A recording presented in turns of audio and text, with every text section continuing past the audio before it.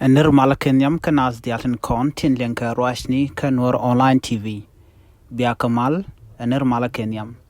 Mi jiram jidit kajan channel me kanur online TV angot ken konowo kaler balinga jan gwasame der subscribe. Nirmala Kenyam biakamal kanur online TV.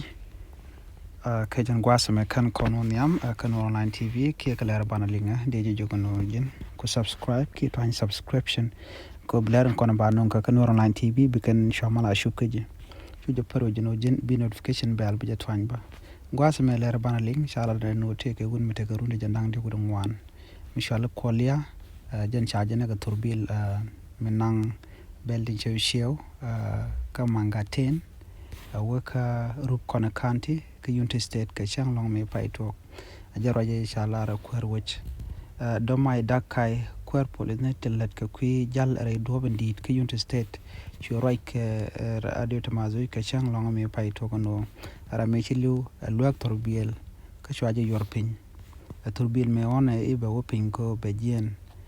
ten chala re doboj ara me cha kwen yena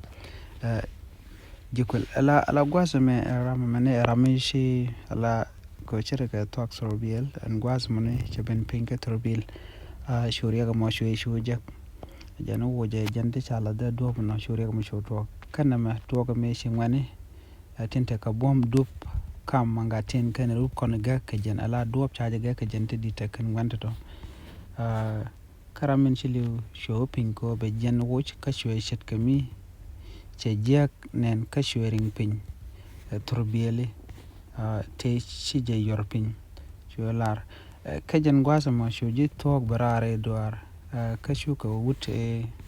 jel ka turbil moyrek ibe chong ka barare turbil ko jokan woyro barare turbil kame ku turbil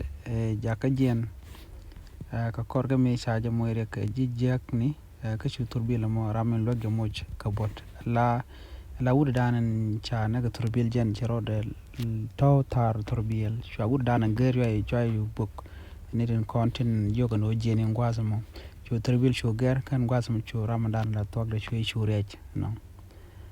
cho dak cho nyoga la na kamun chi tok cho tok ta ba dang bre jende gure diok pm cho la no shinetin la ger torbili wude jel ka turbila mo kap